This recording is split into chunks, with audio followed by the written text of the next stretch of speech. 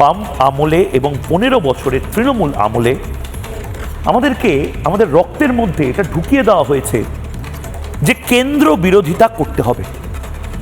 34 বছরের বাম আমলে আমাদেরকে এটা বোঝানো হয়েছে যে যাবতীয় বঞ্চনা সব কেন্দ্রের জন্য, ফ্যাক্টরি বন্ধ হয়ে যাচ্ছে কেন্দ্রের জন্য, কেন্দ্রীয় সরকার টাকা দিচ্ছে না বলে আমাদের এখানে রাস্তা হচ্ছে না, আমাদের এখানকার সমস্ত কল কারখানায় লকডাউন হচ্ছে শুধুমাত্র কেন্দ্রীয় সরকারের জন্য। আর তৃণমূল কংগ্রেস এই 15 বছরে এসে তো মোটামুটি কেন্দ্রীয় সরকারকেই পাকিস্তানের সরকার বা টিম্বাকটুর সরকার বা এমন কোনো বিদেশি সরকারে পরিণত করে দিয়েছে ভাবধারায়, যেন তারা আমাদের দেশের সরকার নয়। তৃণমূল কংগ্রেস এই 15 বছরে BSF, customs, ED, IT, Indian army থেকে শুরু করে সব কেন্দ্রীয় প্রতিষ্ঠানকে একদম প্রশ্নচিহ্নের সামনে দাঁড় করিয়ে দিয়েছে। এটা করতে গিয়ে দেখুন, রাজনীতির লড়াই তো থাকবে, কিন্তু আজকে আমি কেন এত ঠান্ডা মাথায় আপনাদেরকে এই 1-to-1 অ্যাড্রেসটা করতে চাই।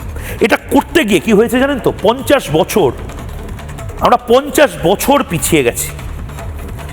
আপনারা কোনোদিন ভেবে দেখেছেন যারা একটা সময়, এই যে আমরা গর্ব করে বলি আমরাই তো একটা সময় নোবেল নিয়ে এসেছি, অস্কার নিয়ে এসেছি, জ্ঞানপীঠ পুরস্কার হোক বা পুলিৎজার হোক, আমরাই তো সব নিয়ে এসেছি।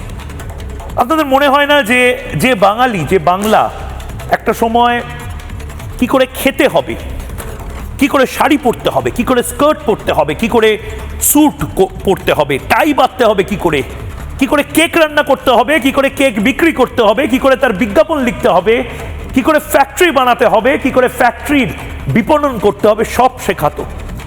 How to make a film, how to write a poetry, how to win an Oscar. একটা সময় গোটা পৃথিবীকে, গোটা দেশের প্রত্যেকটি রাজ্যকে যে রাজ্যটা শেখাতো, সে রাজ্যটা এই মুহূর্তে ধুঁকছে। অনেকের খারাপ লাগতে পারে, কিন্তু একটা বাস্তব কথা আমি একবার নয় বারবার বলবো।